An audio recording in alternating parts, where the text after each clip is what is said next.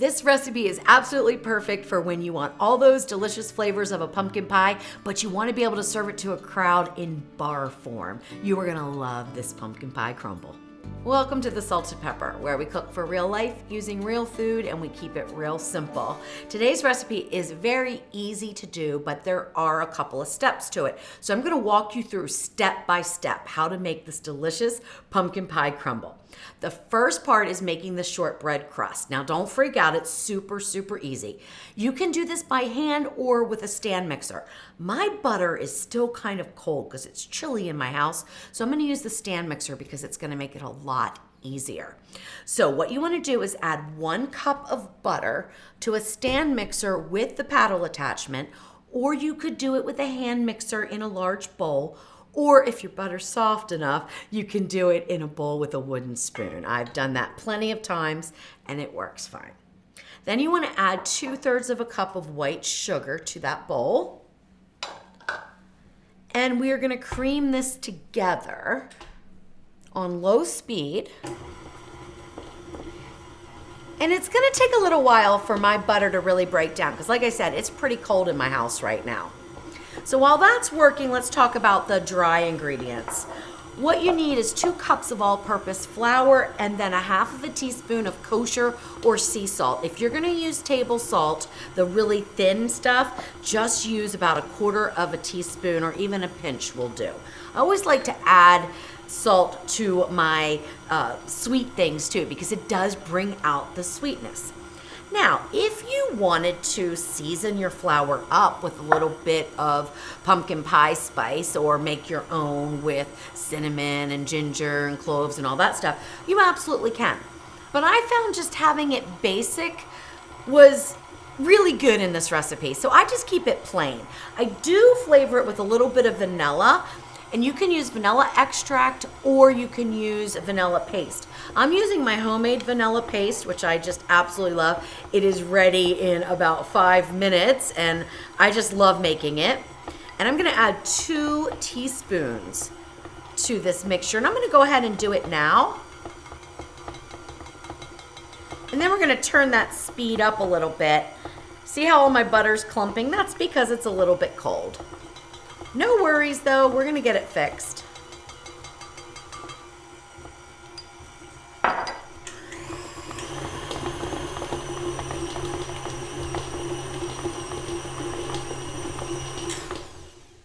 All right, continue beating until your sugar and butter become kind of light and fluffy.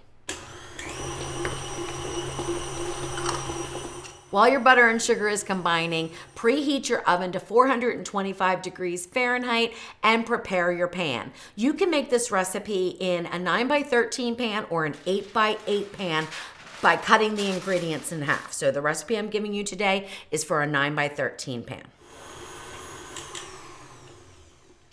All right, that's looking good. Now what I like to do is take something and just scrape down the sides, get a feel for how it feels, right? You don't want it to go too long because you don't want it to become greasy and really warm that butter up, but you want it to be kind of on the lighter side. I think mine can actually go just a little bit longer.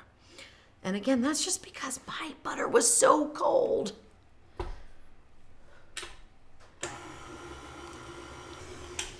All right, that looks good. Now I'm just gonna mix that salt in here and we're gonna add in the flour and you wanna add that in increments.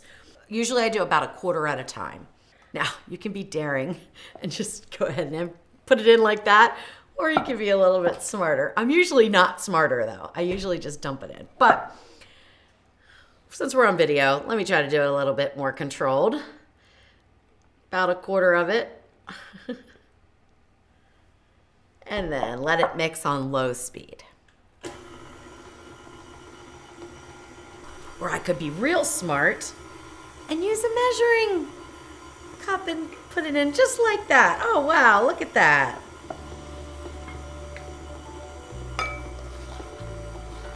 Whatever works for you is perfectly fine. Now the mixture is going to become really dry and crumbly. Don't worry, that's what you want for your shortbread.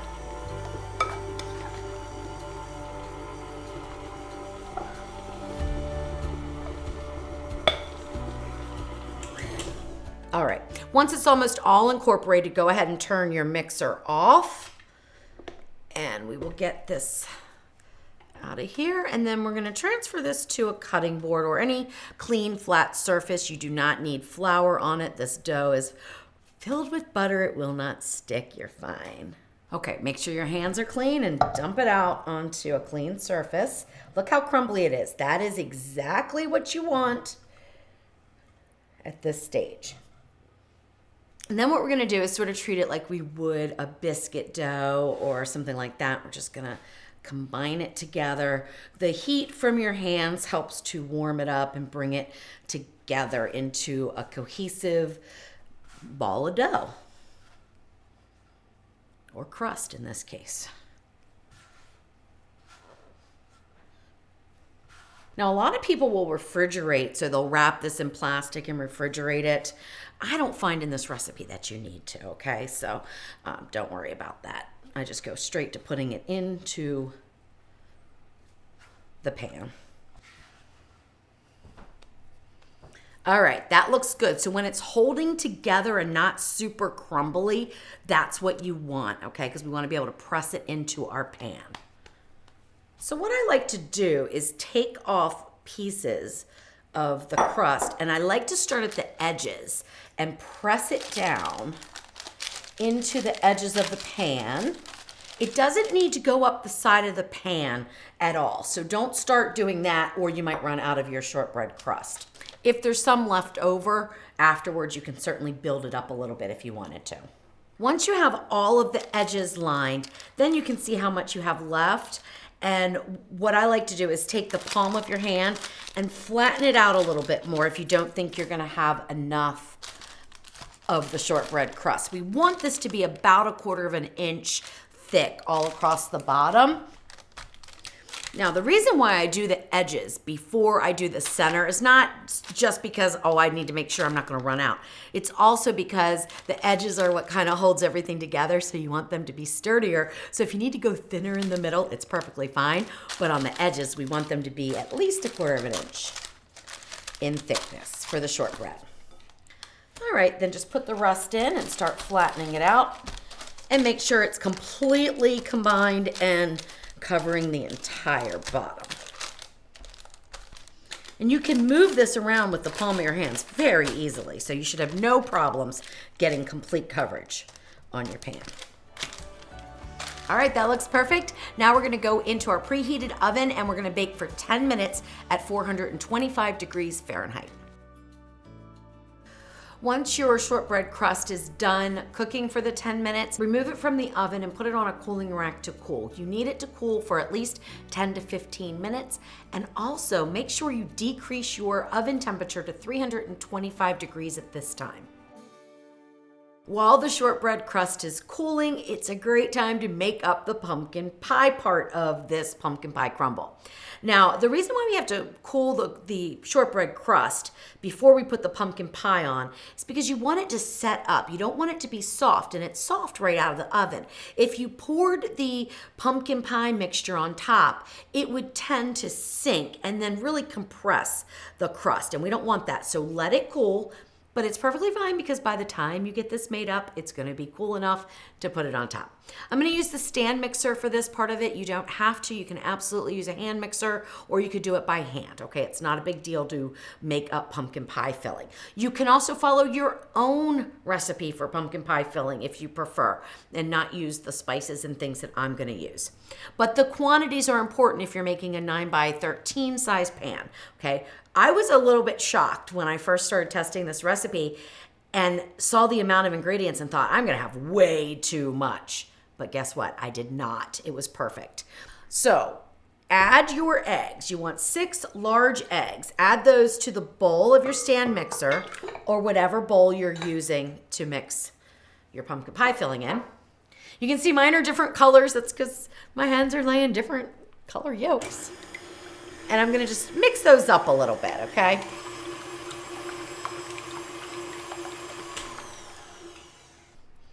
All right, once they're lightly whipped up, that's perfectly fine, or lightly beaten. Now, the next addition is going to be the pumpkin. This is two 15-ounce cans, so a total of 30 ounces, or just about maybe 3¼ cups of a pumpkin puree. This is pure pumpkin, not pumpkin pie mix, okay? There is a big difference, so you want to use plain pumpkin in this recipe. And we're going to add that.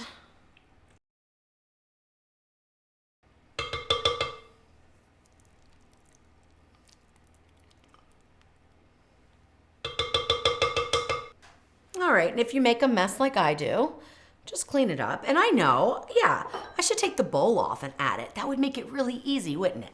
But I never do, and I always make a mess, and it's okay. All right, now I'm gonna lower this down and hopefully get the rest in without making more of a mess. I have 1 cup of packed brown sugar. What that means is that when you put it into your measuring cup, you actually pack it down, okay? So 1 cup of packed, it's not gonna work that way, is it? 1 cup of packed brown sugar going in, and then 1/4 cup of white sugar. And you might wonder why I'm adding both. And let me explain why I like to add both, okay? White sugar gives sort of a darker color to the pumpkin pie filling because it caramelizes a little bit more. The brown sugar gives a great flavor. So I found by using this ratio, it was perfect. Okay, across the board, perfect. You could use all brown sugar, you could use all white sugar, okay? It doesn't matter. You can cut back on the sugar a little bit. I tried it just starting with 1 cup of sugar and found it just not to be quite sweet enough. And this is not overly sweet, okay? Just so you can make some decisions on how you want to proceed. Now, the next thing we're gonna put in is 1 tablespoon of vanilla extract or vanilla paste. I'm using my homemade again. So I'm just gonna get that in. Either is fine though. I've tested the recipe with extract, it's perfectly fine. And you want a good tablespoon of it in this recipe. All right. Next thing is the evaporated milk. I'm using 12 ounces, which is 1 can in the store, but they also come in little cans, so make sure it's 12 ounces. Pour that in. I like to use the whisk attachment, and we're gonna go on low speed.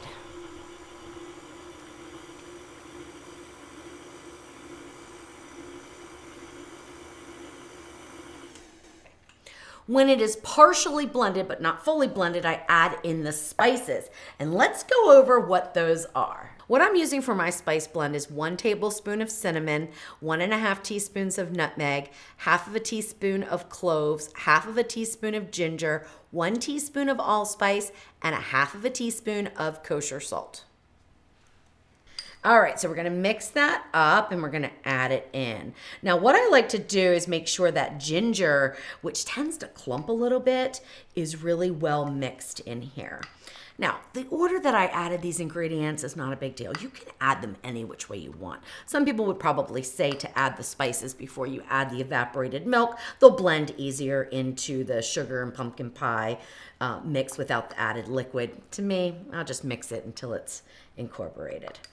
All right, now as far as the spices go, it might seem like it's quite a bit. This is a lot of a pumpkin pie mixture, okay, to go over the entire pan and give you a nice depth. So it does sound like a lot, way more than you would use for a pumpkin pie. Consider this about at least 1½ pumpkin pies, okay? So that's why we use so much.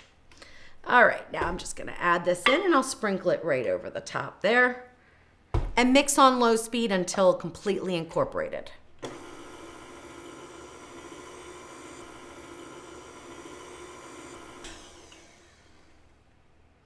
That looks perfect. Now, you're probably gonna say, especially if you haven't made a pumpkin pie before, you're gonna be like, what? That is so liquidy. It is, pumpkin pie filling is pretty liquidy, but it works. All right, now our shortbread crust has cooled enough. I mean, it's still warm to the touch, that's fine. But if you push on it, it doesn't collapse, and that's what we wanted, okay? Now it's time to get the pumpkin pie mix into the pan. And we simply pour it in.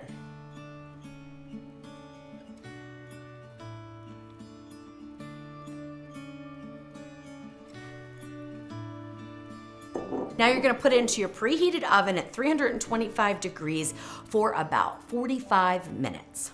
All right, so my favorite part of this is the crumble topping. It is amazing, and I make it a little bit different than most people. So if you haven't already tried out my cinnamon raisin muffins, they are amazing, and that's where I sort of played around until I came up with this technique, and trust me, it is so, so good.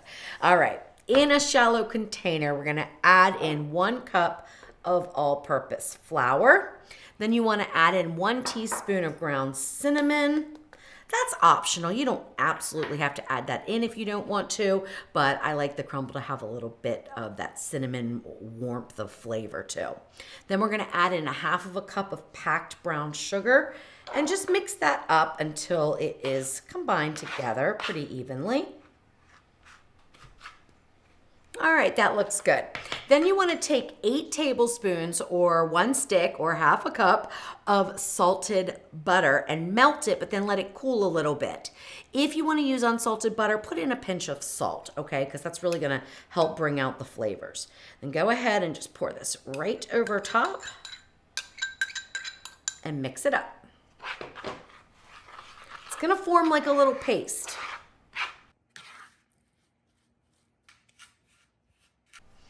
Okay, once you mix it enough where you can no longer see any of the flour, it's going to look like a really thick paste. Then just sort of spread it out on the bottom of your container. This is why we use a shallow container, because we want to put it in the refrigerator and it's going to solidify, and then we break it into crumbles and top our pumpkin pie crumble with it.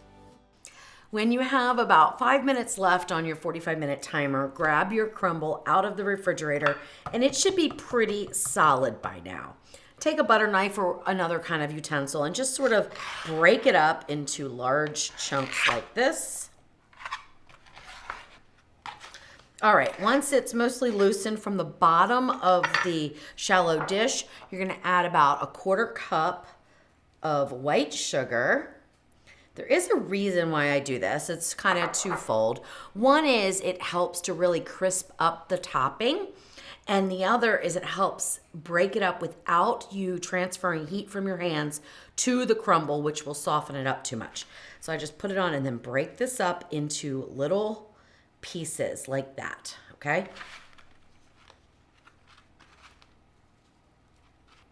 All right, that looks good. Now, if I'm doing muffins, because they've got a smaller top, sometimes I'll go a little bit smaller. When you have between 5 or 10 minutes left on your timer for the 45-minute initial bake for the pumpkin pie crumble, go ahead and check it. And what you want to do is sort of shake the pan a little bit, and it shouldn't be too wiggly. If it's too sloshy, you know, it's moving around too much, increase your time a little bit, because every oven cooks a little bit differently. So you are going to need to make those adjustments based on your oven. You want it to be firm in the middle before we put the crumble on, because the crumble only takes about 15 minutes to bake, and we don't want to have an underbaked pumpkin pie mix. All right, so usually I do this with it right in the oven. I just pull out the tray and put the crumble on, but because we're doing a video, I'm gonna bring it out. Let me show you real quick. Hopefully you can see this. It is going to jiggle just a little bit in the center, but not too much, okay? You don't wanna put a knife in it and see if it's done yet. It's not gonna be totally done. We still have 15 more minutes to go. I also increased the temperature of the oven to 375 to do the crumble. And I just do that right as I'm putting it on in the oven usually. And don't worry about it preheating or anything like that. That's not important. It will bake this crumble just perfectly fine. So now you just wanna spread this out over top of your pumpkin mixture.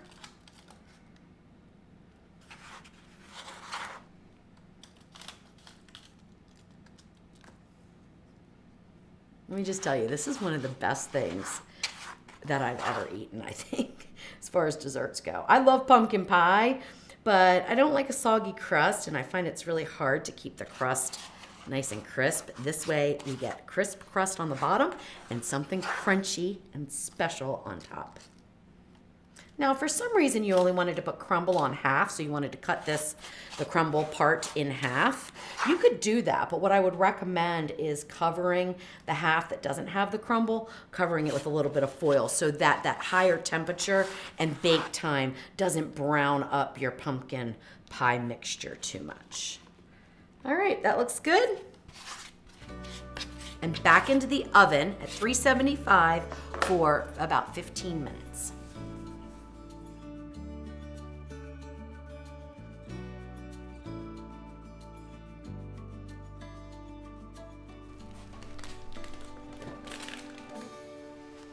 It looks amazing and it smells amazing.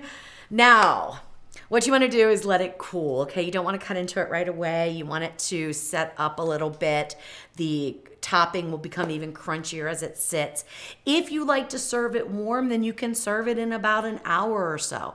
Personally, I like my pumpkin pie cold, so I'll let it sit here for an hour or so, and then I'll put it in the refrigerator, and I just let it sit in the refrigerator overnight, and I plan on serving it the next day. The other thing you could do, I haven't tested the recipe this way, but I really feel like you could, is you could make the shortbread and then the pumpkin pie filling and leave that in the refrigerator overnight and then put the crumble on top and do that right before you serve it, and then you could serve the crumble a little bit warm, but the pumpkin pie wouldn't be really hot, and it would also be set up by then. So, either way is fine, but this is what I usually do. I'll let it sit out for a little bit, then put it in the fridge.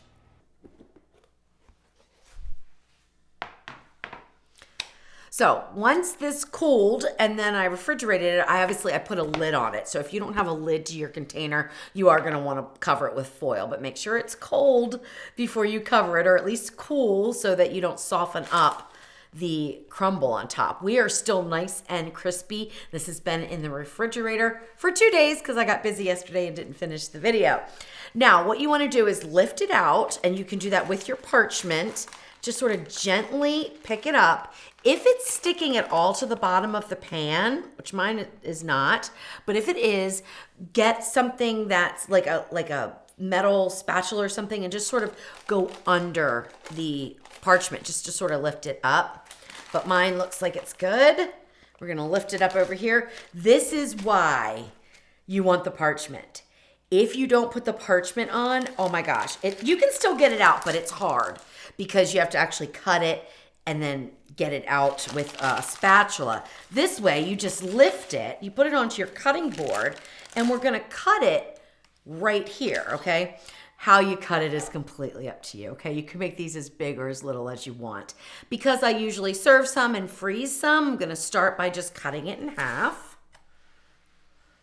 When you are cutting into the crumble, I recommend going with something pointy, going down, to kind of cut through that crumble so that we don't rip too much of it off. And then take your knife and go right down through that shortbread. Make sure you're getting all the way through the shortbread, okay? All right, there we go. Now, let's see here. I'm gonna move this because we're gonna cut this one up into squares. So let's see how I can move this easily without getting too messy. Just put this right over here. And then I will freeze this one for later. So I'm gonna just put this right back into the pan here. All right, there we go. Hopefully you can see the inside there. So we've got our shortbread crust, our pumpkin pie filling, and then the crumble on top. And oh my goodness, is it delicious. Now, if you wanna be really fancy about this, clean your knife off before each cut. Okay, I don't worry about that. But if you wanted to make sure you had really clean cuts and no pumpkin on the top, that's how you would do it. All right, then I just cut it again and try to decide how many people I need to feed or how big I want the bars. That's completely up to you. You can make some big, some small. But I'm gonna make them all fairly small. Oh my goodness, I can't wait.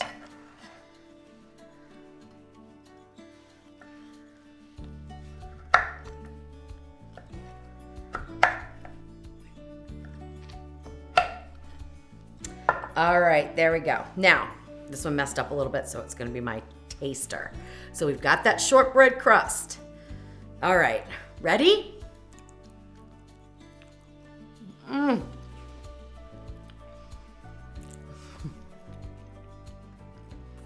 This is so amazing. Wow. And you know, it's not overly sweet, which seems absurd because of all the sugar and stuff that went into it. But it is the perfect balance. Oh my goodness. You are gonna love this. If you love pumpkin pie, I would say this is 10 times better than pumpkin pie. It is that good.